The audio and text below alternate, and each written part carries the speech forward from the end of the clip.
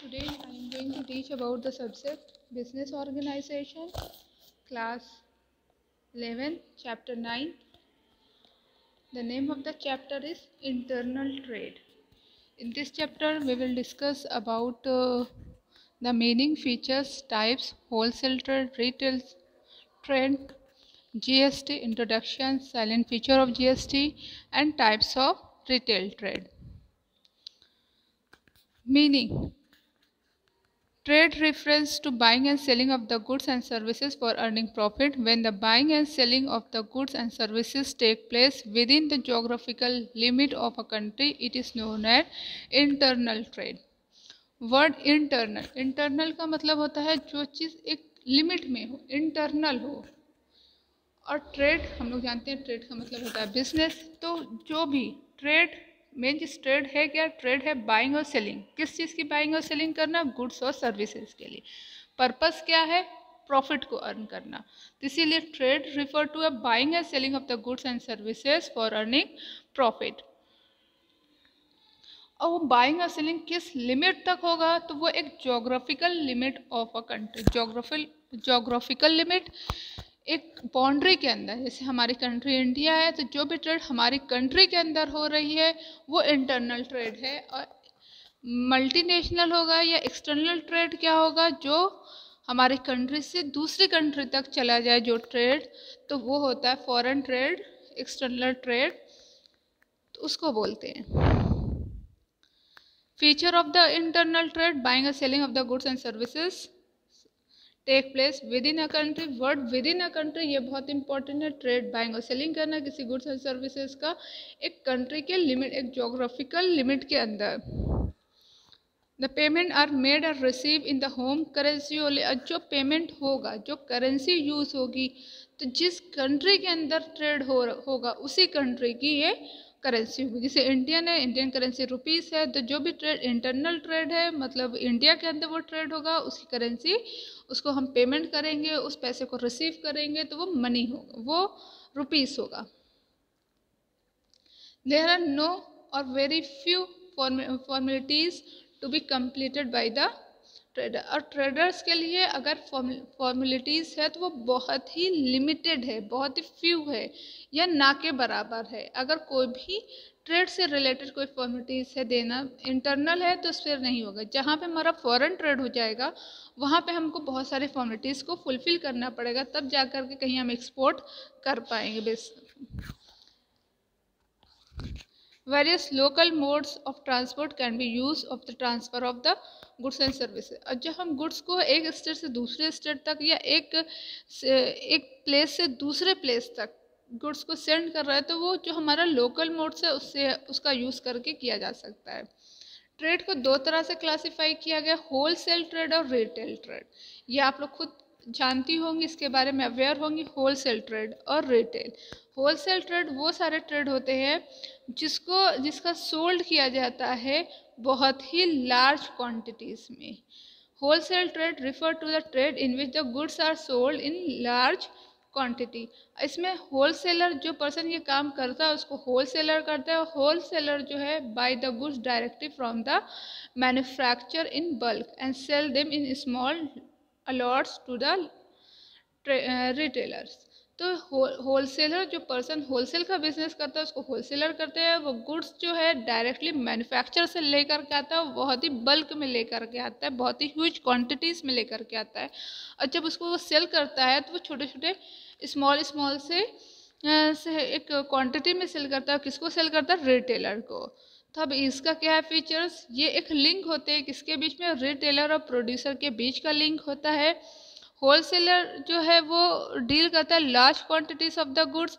Wholesaler is generally specialize in one line of product.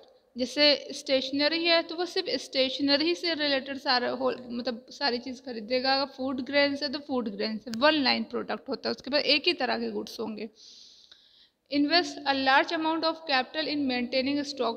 और वो बहुत ज़्यादा अमाउंट इन्वेस्ट करता है अपने स्टॉक को, जहाँ पे गुड्स रखा जाता है वह उसको मेंटेन करने के लिए।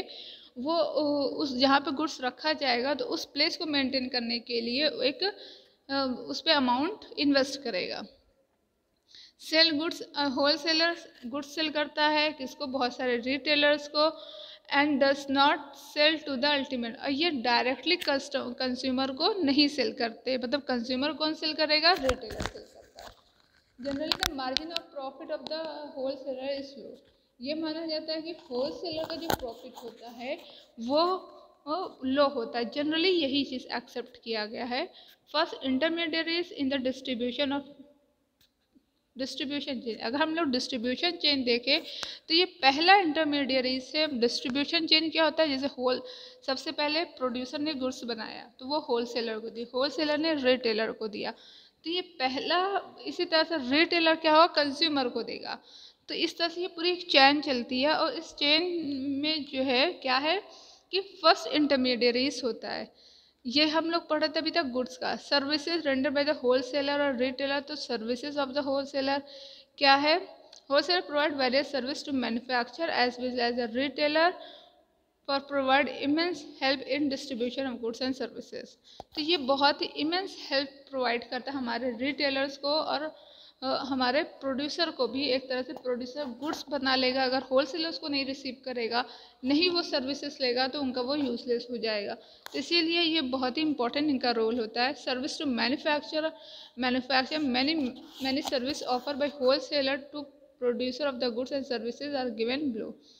पहला, प्रोड्यूसर को ये क्या क्या चीज़ हेल्प करते हैं, तो facilitating large number of production, तो हमारे जो रिटेलर्स हैं, होलसेलर जो है वो बहुत ही large number of production, manufacturer जो होते हैं वो बहुत ही लार्ज नंबर ऑफ प्रोडक्शन के गुड्स किस बेस पर करेंगे, जब होलसेलर उनको इस चीज़ की इंक्वायरी देंगे कि हाँ ये गुड्स डिमांडेड है, बियरिंग अ रिस्क, वो होलसेलर जो है वो रिस्क को भी बियर करते हैं, क्योंकि आज जो चीज़ डिमांड पर है, कल हो सकता हो किसी भी रीज़न से उसकी प्राइस फॉल हो गई हो, तो वो इतने बल्क में खरीदे हैं तो उनकी क्वांटिटीज़ उनको बहुत ज़्यादा लॉस हो सकता है। फाइनेंशियल असिस्टेंस होते हैं, एक्सपर्ट एडवाइस होते हैं ये, और हेल्प इन मार्केटिंग फंक्शन, जो हमारे मार्केटिंग फंक्शन होते हैं उसमें बहुत ही हेल्पफुल होते हैं। Facilitating production continue, the wholesaler facilitate continue of production activity throughout a year by purchasing of the goods when these goods purchase and store them till the time they are demanded by the retailer। तो ये production continuity होती है, मतलब वो goods को एक बार खरीद लेंगे और जब तक अपने गोडाउन में रखे रहेंगे, स्टोर करे रहेंगे, जब तक ये रिटेलर के द्वारा डिमांड ना किया जाए। तो इस तरह से प्रोडक्शन कंटिन्यूटी होती है। स्टोरेज ये रखते हैं हर चीज़ का एक लिमिट में। सर्विसेज ऑफ रिटेलर, अब रिटेलर हम लोग जानते हैं जो कि अल्टीमेट जो है वो कनेक्टेड होते हैं कंज्यूमर से, और ये कंज्यूमर और होलसेलर के मीडिएटर होते हैं। और दूसरी चीज़, रिटेलर को ये क्या सर्विस दे रहे हैं, अवेलेबिलिटी ऑफ गुड्स, जब रिटेलर डिमांड करता है तो उनको गुड्स अवेलेबल करेंगे, मार्केटिंग सपोर्ट करेंगे, ग्रांट ऑफ क्रेडिट पर गुड्स प्रोवाइड कर देंगे, स्पेशलाइज्ड नॉलेज, उनको एक नॉलेज होगी कि कौन सा गुड्स नया आना चाहिए, किस टाइप का टेस्ट है, तो ये हमारे रिटेलर से गेन करके इसको प्रोड्यूसर तक पहुंचा देते हैं। और रिस्क शेयरिंग भी करते हैं, जब उनको कोई चीज़ लॉस हो गया तो उस टाइम पर उनको भी, हमारे रिटेलर्स को भी इस चीज़ को वो शेयर करते हैं, उस चीज़ को। The wholesale purchase in bulk and sell it relatively small quantities. The retailer being able to purchase merchandise in small quantities, lead retailer are in the position to avoid the risk of storage,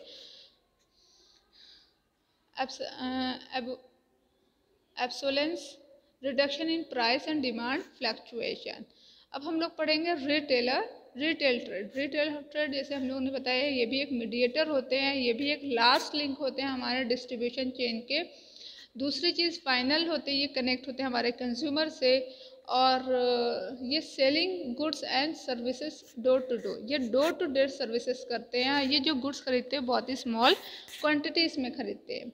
तो retailer को हम इस तरह से देख सकते हैं, और हम लोग जनरली हम लोग कंज्यूमर हैं, तो हम लोग जो है वो रिटेलर से ही कनेक्टेड होते हैं। It is a last link in the distribution chain, it's the goods and services directly to consumer. तो ये हमारे सेल जो है वो डायरेक्टली कंज्यूमर को सेंड करते हैं, और इनके पास बहुत सारे वेराइटीज़ ऑफ प्रोडक्ट होते हैं।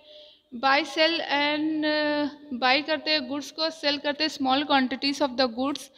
Retailer are generally located in residential areas, उस जगह पे रहते हैं जहाँ पे कंज्यूमर जो है रहते हैं, आसानी से वो चीज़ खरीद सकते हैं। तो रिटेलर एक मीडिएटर है किसके, होलसेलर और कंज्यूमर के। इनकी सर्विसेज क्या है, अगर ये सर्विसेज मैन्युफैक्चरर या होलसेलर को दे रहे हैं तो डिस्ट्रीब्यूशन ऑफ गुड्स में हेल्प करते हैं, पर्सनल सेलिंग में हेल्पफुल हैं, लार्ज स्केल ऑफ प्रोडक्शन में ये बताएंगे हमारे मैन्युफैक्चरर को किस चीज़ की कितनी डिमांडेड है, collection market information, help in self promotion में भी हेल्पफुल है। रेगुलर अवेलेबिलिटीज ऑफ गुड्स, जब हमारे कंज्यूमर कोई भी गुड्स को डिमांड करते हैं तो इसको वो अवेलेबल रखते हैं। न्यू प्रोडक्ट इन्फॉर्मेशन, जो भी नया प्रोडक्ट मार्केट में आता है वो हमारे कंज्यूमर को इन्फॉर्म किया जाता है। कन्वेंस बाइंग में हेल्प करते हैं कि ये चीज़ खरीदिए, ये गुड्स ज़्यादा अच्छा है, वाइड सिलेक्शन होता है। आफ्टर सेल सर्विस, जब सर्विस को सेल करने के बाद भी ये लोग सर्विसेज प्रोवाइड करते हैं। प्रोवाइड क्रेडिट फैसिलिटीज़, तो क्रेडिट फैसिलिटीज़ भी प्रोवाइड करते हैं। I hope you can understand all the point. You have any doubt you can ask me question. Thank you.